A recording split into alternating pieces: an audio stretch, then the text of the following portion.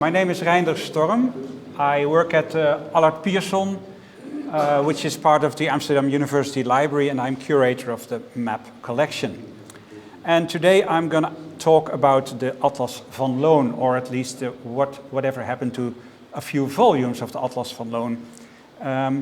But speaking about the Atlas van Loon, we first must know what van Loon we are talking about.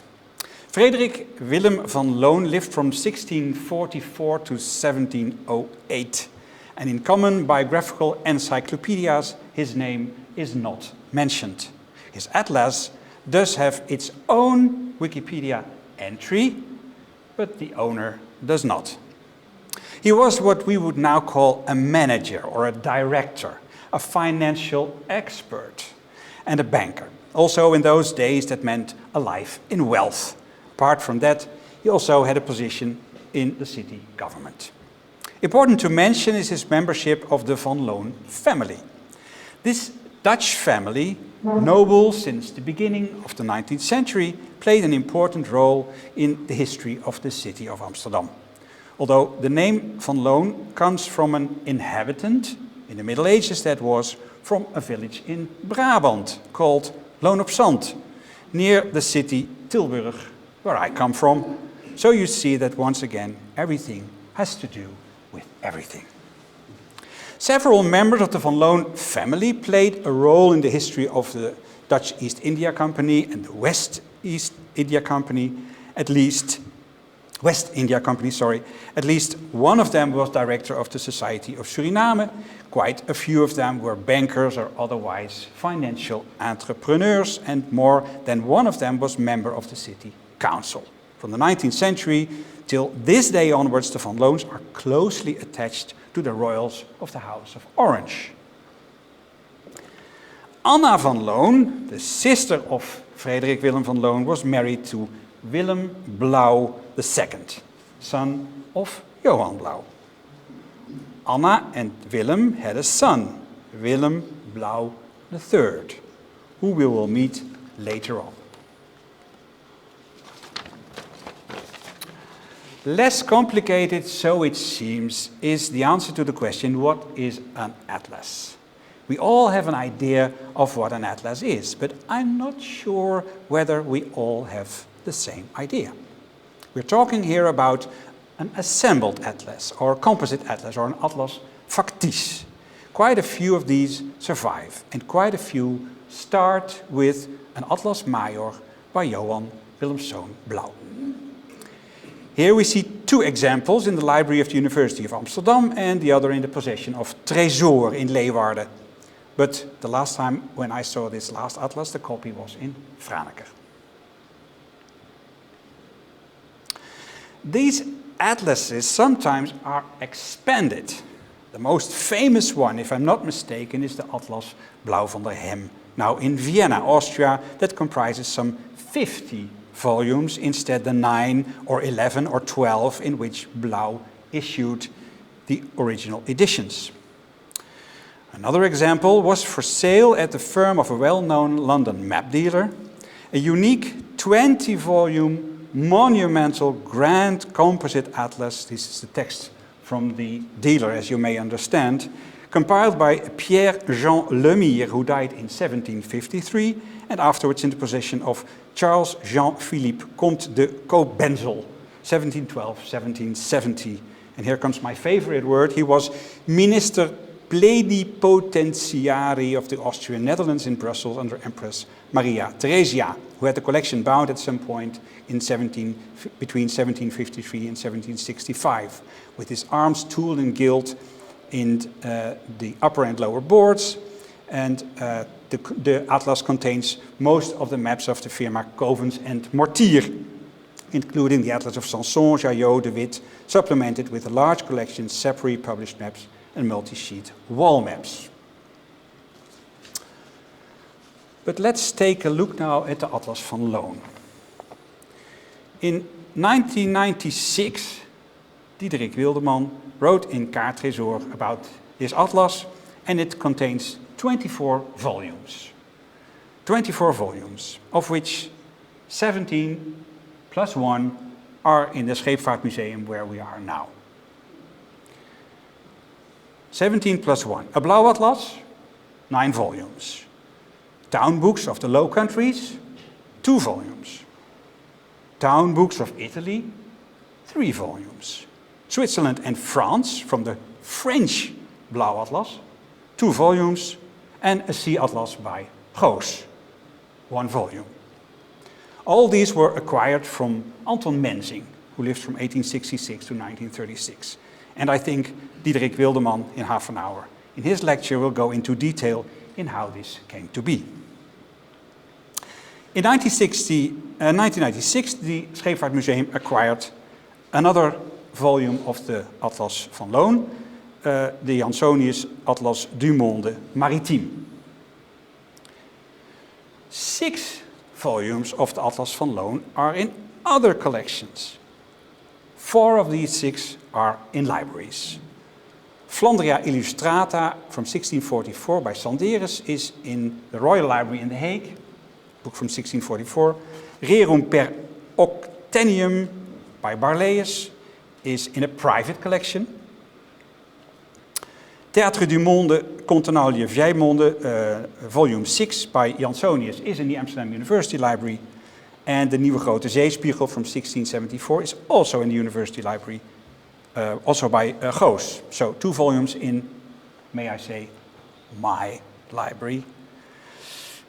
2 volumes were in 1996 in private hands. The Theatrum Statuum Regia and Sabaudia Velocis, 2 volumes 1682 by the Heirs of Blauw, were in private hands.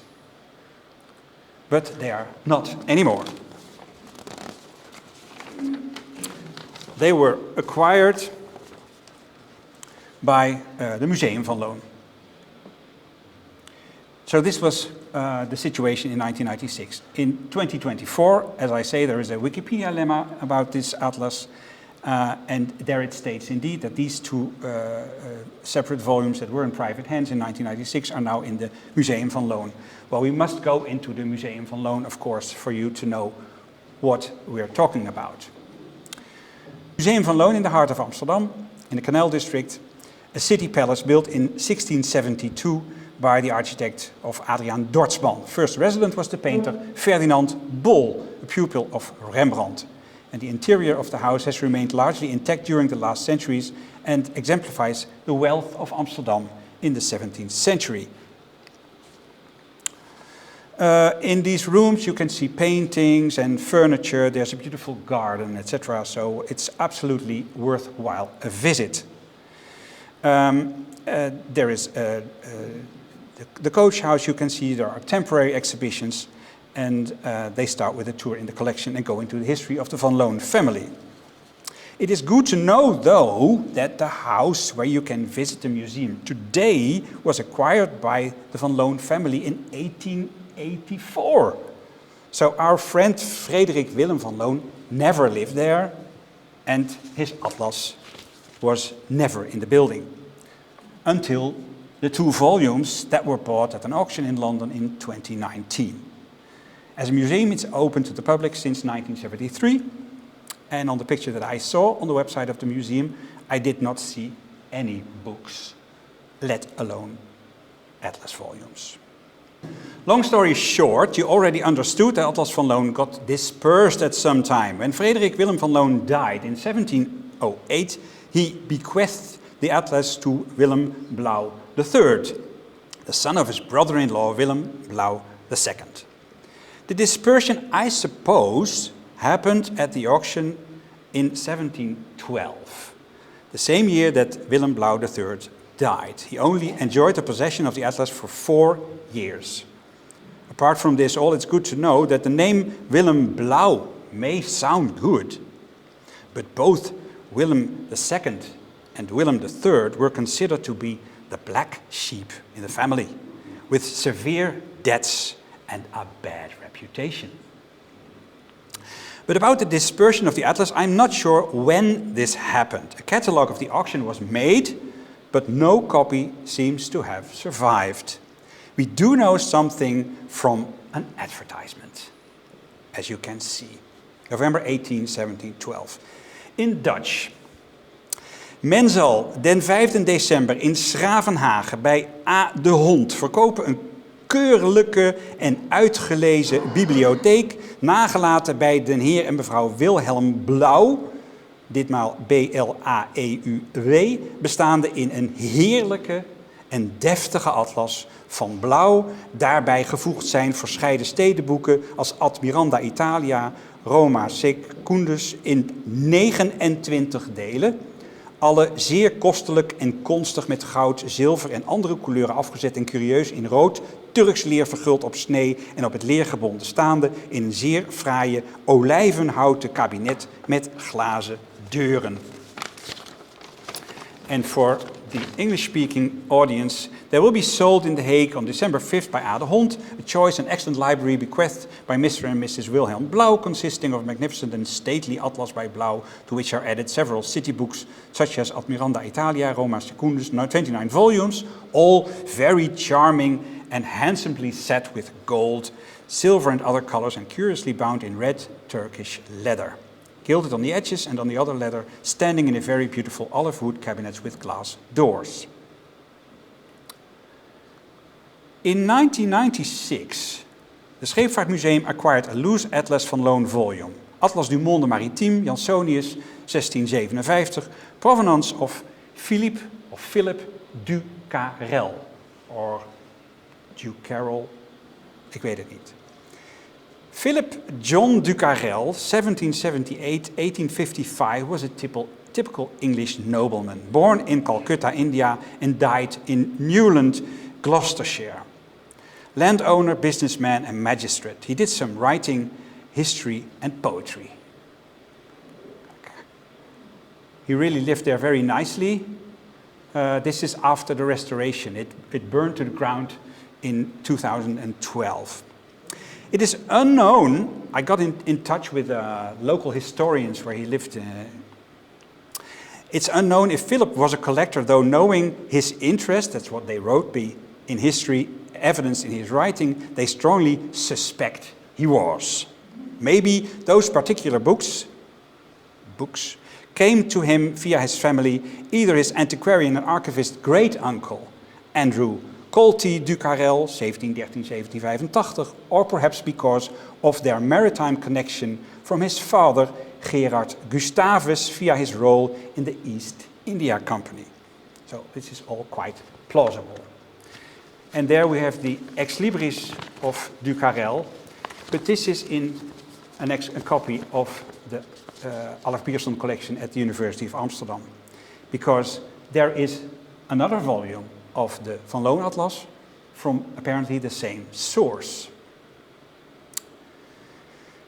So the same Philip du Carrel owned 2 volumes of the Van Loon Atlas, of which one ended here in the Scheepvaartmuseum and one in the Allard Pierson.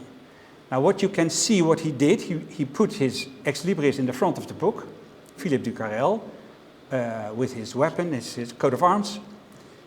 But what he did also, he cut it in 2. One part is there, and the other part, his name is there. And he did the very same with the copy that is in the Scheepvaartmuseum. You see, there is the coat of arms, and there is his name.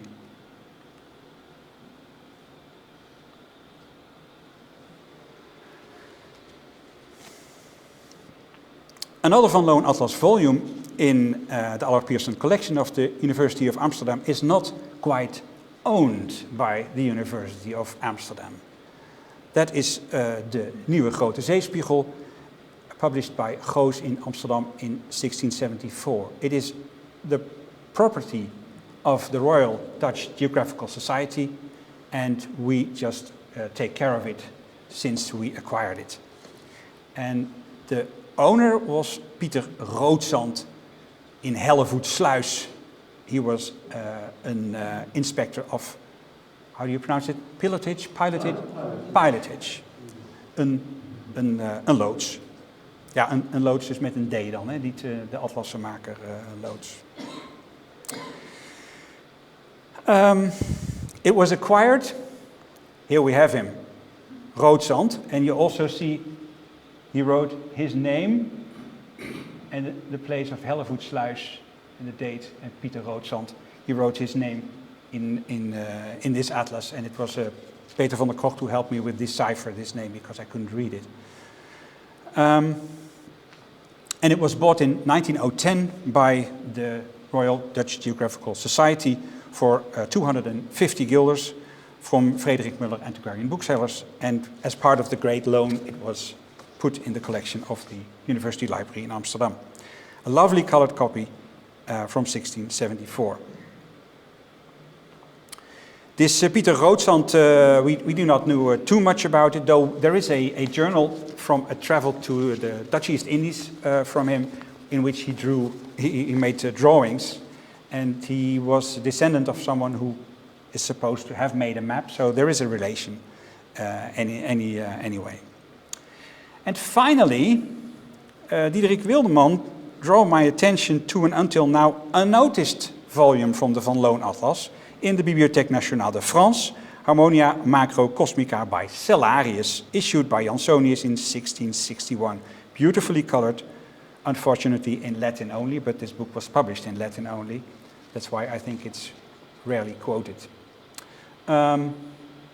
This is not from Ducarel, but someone else, and we do not know who this was, so we do need some information on the investigation of this ex libris. It has not yet been solved, and I think we do need some help from the audience here. So if I'm not mistaken, we know of 25 volumes where there were 29 at the moment of the auction.